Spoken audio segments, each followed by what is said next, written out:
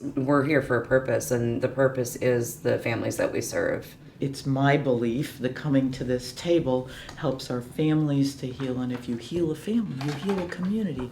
You heal a community, you heal the world. Over the time, we've been building the foundation that didn't exist between Sitka Tribe and OCS. Why does this feel different? Yeah. Okay.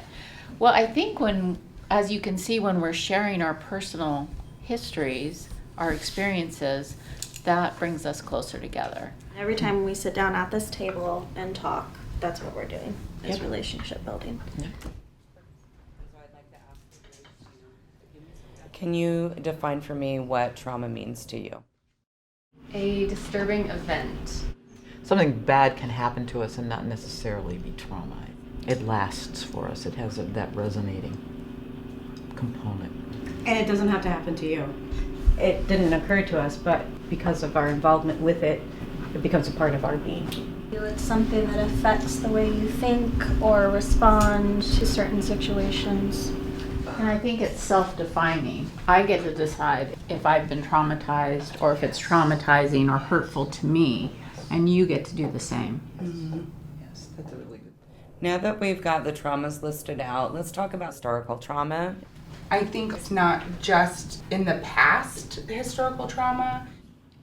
I fall back a lot on the times of even my own father knowing that he couldn't go into certain areas in town, and that still affects me, but it really affected him and our family and us as a people in general.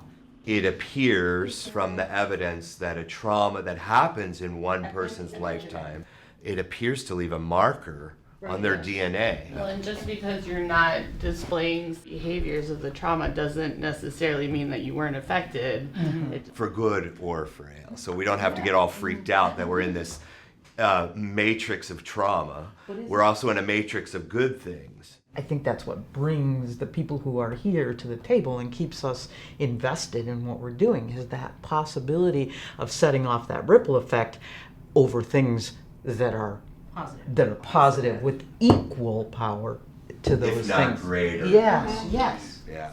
What habits, coping skills, characteristics can be formed, negative or positive, when a person has experienced trauma?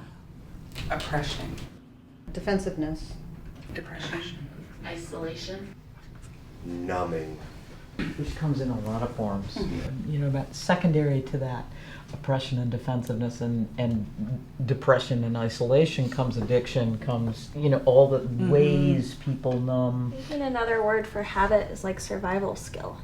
How are they surviving? How are they? And on the flip side of what Laura was talking about, of like advocacy and leadership, could be assimilation, because that was a survival skill. Perfectionism. Self-sabotage. Letting go of needing to know why. But I think if we're going to actually heal and change our habits, that may include grieving, feeling the pain, and then working forgiving through it. that. But this activity like really brings home to me that there's no one response to trauma. Everyone does react differently. I think that's what builds our resiliency. You know, seriously, is identifying those coping skills that we used, because those are the survivals. That is what got us by. Then how can we use those strengths in a healthy way? I think it's the only cohort of OCS State of Alaska workers that concertedly meet with an Indian tribe and work on healthy relationships together. So we're kind of hoping to export this hatchling that we have in Sitka to other communities in the state that are still struggling from horrible relationships between the child protection system and the villages and the tribes.